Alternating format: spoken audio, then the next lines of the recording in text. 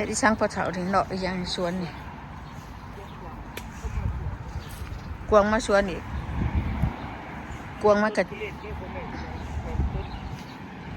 มันติดเชื้อและเสียเอานักมาปั่นติดเชื้อทานในมันเอามาขึ้นสูงต้นด้วยสีเขียวเบิ่งดอกผักกาดข่อยพี่น้องงามบ่เบบี้ซอยเนาะแดงอันนี้มันเกิดมาอยู่ได้แดงต้นใหญ่เลยพี่น้องเป็นดอกพุ่นน่ะหาในอันนี้เดี๋ยวเฒ่าบ่เห็นน่ะหาในผักกาดนี่แหละสิมาบ้านหาดีสิมาบงแดงนั้นมาจับแล้วมันดำได้อยู่ได้มันกายหญ้ามันมากินดอกตีบ่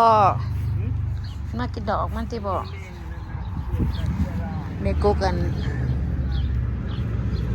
สิเป็นหมากเลยดิหมากสกวดพัดแฉบเลยพี่น้องก็นำหมากพัดเอามาพัดเติมงามๆบริใส่ปุ่นใส่ปุ๋ยแล้วกันผักถั่วคือปลาห้องมาแห้งจะได้กินอยู่บ่เฮ้ยผักถั่วนี่ป่ะจักยังวะนี่กระหมดอันนกมันยำอยู่นี่นะแต่พักบงแน่กับพักอันนี้แน่ใจมันไม่ยำตักกันบ่พอแล้วเงายิวเลยเงาเงากันมันเงาตายนกที่มายำน้ำในนี่มืดเลยเธอได้ขอจะได้กินนะวันนี้ใส่น้ำลายใส่ดินหน่อยคือตัวนั้นบ่แม่นมันพักบงนะมันสิบ่เกิดแม่บักถั่วมันยอมมาแยมจะได้กินกัจะได้กินได้เด้ออ๋อมันตุ่นมันแก่แล้วพ่อเท้ายามได้จะได้กินด่ะนี่บ่ได้ปลูกช่วงนี้ก็ยังออกมานี่มันแก่แล้วตุ่นมันนี่ก็ยามันเลยเดี๋ยวมันสัดขึ้นมันก็ร้ายเองนะนี่นะร้ายเลยนะถือว่าร้ายอยู่แหละปลูกไม่มองงามหรอกคุณนี่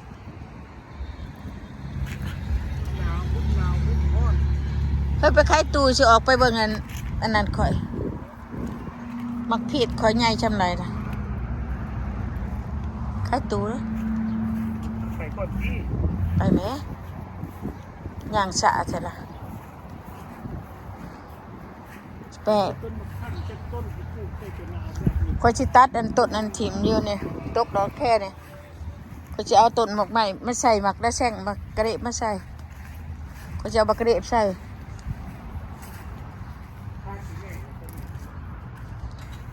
อย่าปากอันนี้นะปากนะออกมาเบิ่งข้างนอกก็มักผิดคนใหญ่แล้วว่ะ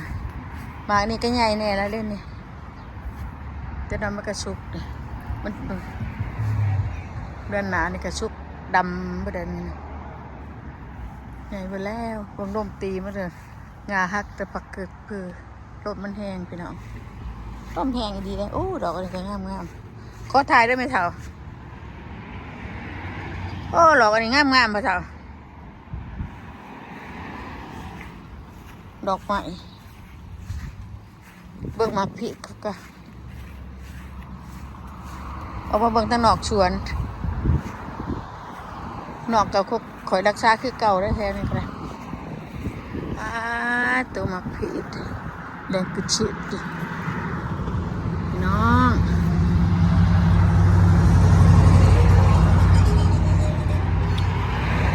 ขอโทษพี่น้องก็จะเปิดเพลงฟังดูหลายงานสีกล้องเลยนะเวลามันใหญ่โทกระปัดนะปัดนี่งากล้องลงเป็นก็เป็นกระแสทางนั้นนะงากล้องไม่ได้เลยนี่หน่วยมาลองดูหลายแล้วกดกายไปก็จะเก็บกายมาก็จะเก็บเอาหลายใครอยู่ก็พอกินคนนั้นเอากินมาหลอดเอาหลายกะจะคล้องบริกินนะเถื่อกันแคมทางนี้ก็ไปตลาดโตหน่อยปิดถิ่น เนาะเอามันเนาะปิดทิพย์ดอนเอามาแต่น้อยใหญ่เนาะพี่น้องเนาะแค่น้อยบ่ได้มาปิดทิพย์ปิดให้มันน้อยใหญ่มันดกต้องได้ปิดทิพย์นะพี่น้องตัวใดมันน่ะหน่วยน้อยด้านน่ะปิดออกให้มันน้อยใหญ่มันห่างน้ำน้อยใหญ่รถหลายเขาเกิดแคมทางบุญบันอยู่เนาะแล้วมันหลายบาทเลย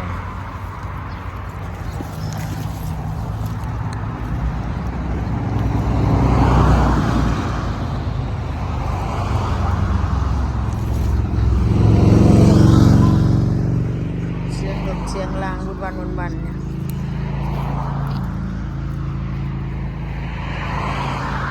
มันเป็นเกาะนี่พี่น้องมันเป็นมันใหญ่นะเนี่ยหน้ากล่องมาเนี่ยก็เลยมาเอาคันใดมาเขินเก็บอันมากหน่อยมันออกตัวใดมันทีเก็บออก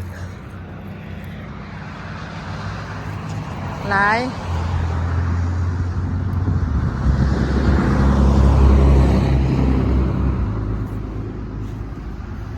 มาทางหนองนี่เก็บออกนะเสียมันหลายโผดอยากให้มันหน่วยใหญ่ก็ต้องปิดออกน้ำปลาไปหลายพอดี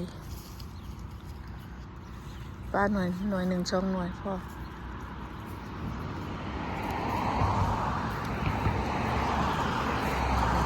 คือมันทีเจ็กสีนี่นะปิดออกนี่ว่าให้มันทีว่าให้มันลายบอดีหมดถิ่มน้ำ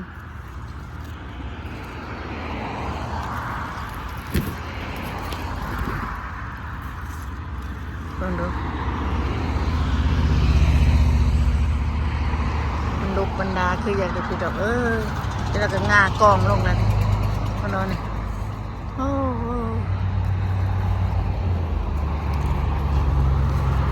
งากองลงเลยฮะพักแว่นวะมันบ่ทันงามเพิ่นเฒ่าเอ้ยมันบ่ทันงามข่อยว่าบ่ทันงามเอากับบ่ได้นะพักบกมันใหญ่มันจะกล้ามมันจะขึ้นก็ขึ้นบ่ขึ้นก็ยามันน่ะแอปโปกันนี่บ่หลายปีนี้นี่เป็นอยู่บ่หลายนะโชคเสยงานพอได้กินอยู่มันอันนั้นสิตัดถิ่มก่อน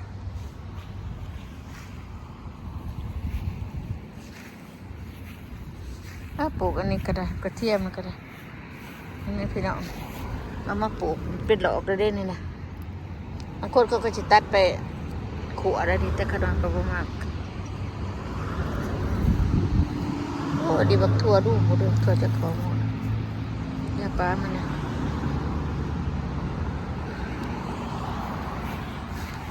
ดอกผักแป้นเก็บถิ่มก่อน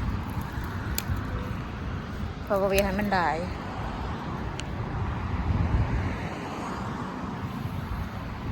แนวเข้าไปสวนจะกินยังตัวอยากผักกระเทียมเป็นดอกไปแล้วตัวนะนี่ว่าเป็นดอก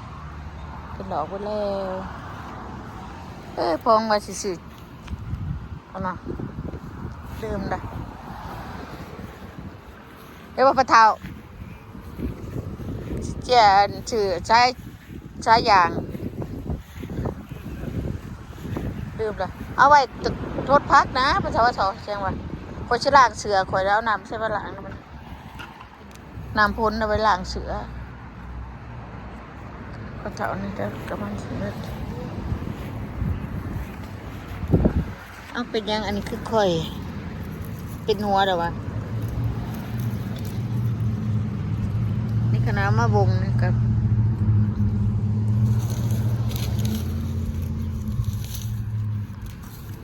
มักทั่วปีนี้ว่าจะได้บริงามกับยามันดอกได้กินทำได้ก็กิน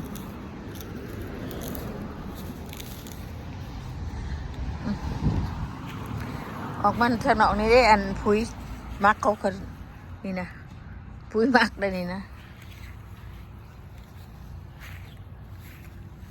ไอ้ปลาของเปาะมันมาเก็บเอา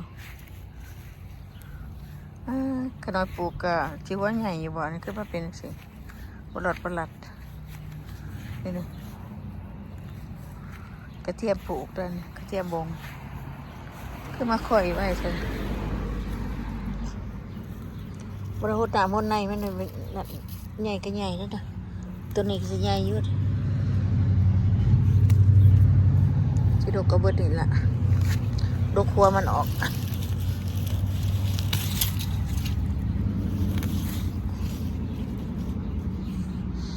ข้ามถั่วค่อยอันนี้ก็จะได้กินบ่ได้กินบ่ฮู้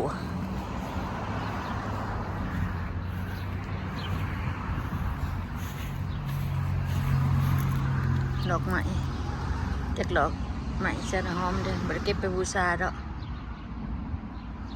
โอเคพี่น้องอยู่ดีมีแห้งเด้อพี่น้องเด้อลืมกดไลค์กดแชร์กดติดตามพี่น้องอันนี้มาถ่ายอาลาวในสวนในสื่อได้นะนอกสวนบาย